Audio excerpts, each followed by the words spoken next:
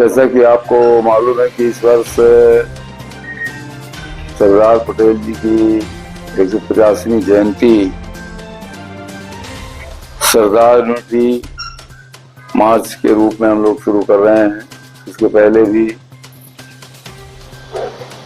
निबंध लेखन के माध्यम से, रील के बनाने के माध्यम से और तमाम सब दूसरी गतिविधियों के माध्यम से सरदार पटेल के जीवन और उनके कार्यों के बारे में एक जन जागरूकता अभियान हम लोग चला रहे हैं।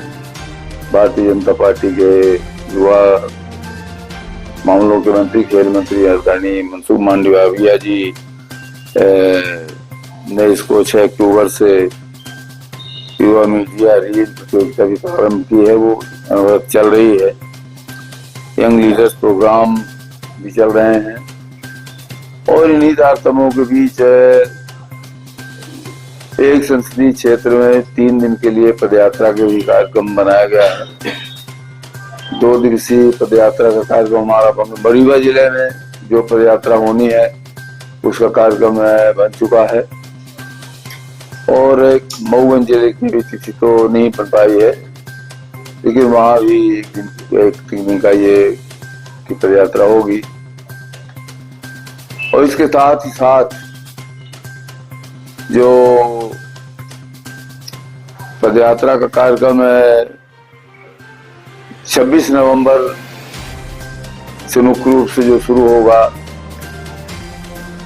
केवड़िया में, वहां पर हर संसदीय क्षेत्र से 2 से 5 लोग, 6 लोग जितना और भी जा सकें वो इस पदयात्रा में शामिल होंगे।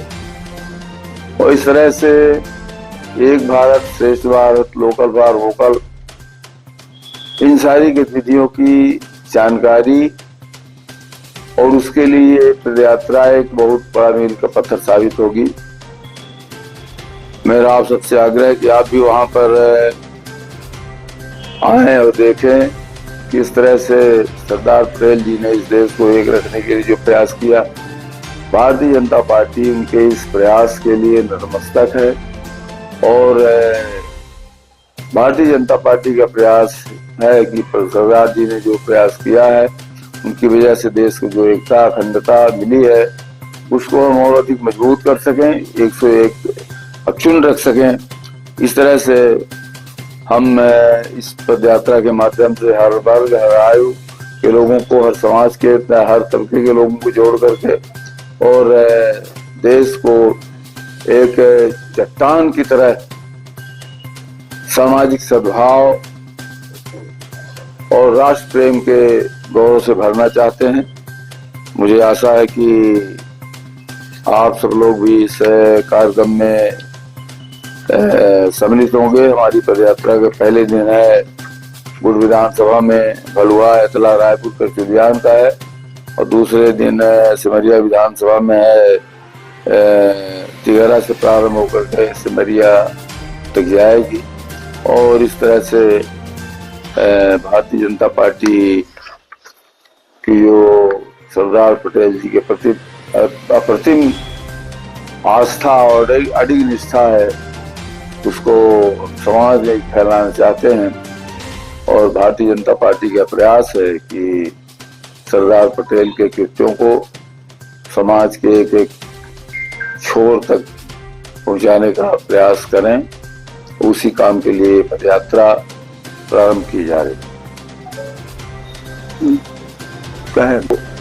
पूरे देश में हम लोग मनाने का संकल्प लिए हैं और हमारे लिए गौरव की बात यह भी है कि भारत सरकार के गृह मंत्री माननीय अमित शाह जी ने ये प्रस्ताव रखा कि क्योंकि वंदे मातरम के गायन का 150 वर्ष पूर्ण हो रहा, इसलिए पूरे देश में इस कार्यक्रम को लागू किया जाना चाहिए।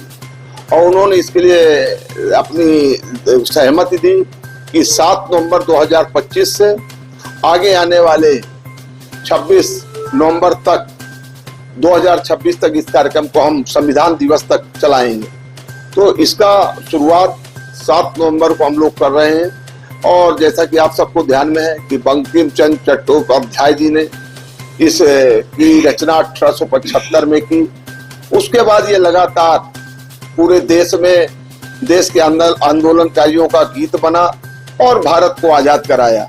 आपके ध्यान के लिए मैं थोड़ा सा इसमें बताना चाहूंगा कि 23 जून 1757 में बंगाल स्थित प्लासी के मैदान में जब नवाब सिराजुद्दौला और ब्रिटिश के क्लाइव के बीच में युद्ध हुआ था तो उसमें भारत की पराजय हो गई थी।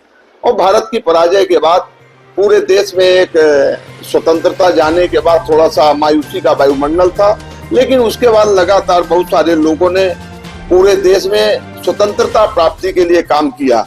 उसमें माँ काली के अनुयायी गुरु गोरखनाथ जी की परंपरा से जुड़े संतों ने गांव-गांव में अलख जगाया और अलख निरंजन का नारा देके लोगों में जनजागरण फैलाने का काम किया। इसी प्रकार संथाल जनजाति में जन्मे सिद्धू और कानू ने 1885 में 10,000 संथालियों को लेकर अपनी मातृभूमि को बचाने के लिए उन्होंने नारा दिया, अपनी भूमि अपनाएंगे, अपनी सरकार बनाएंगे।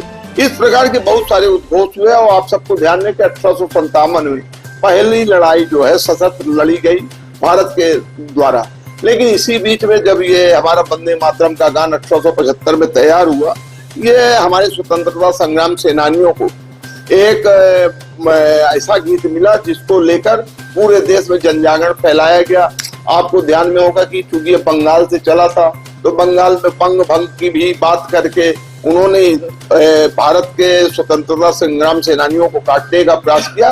ये लगातार भारत में चलता रहा और 7 नवंबर 1875 की इसकी रचना के बाद इसको पूरे देश ने अपनाया और गाया गया।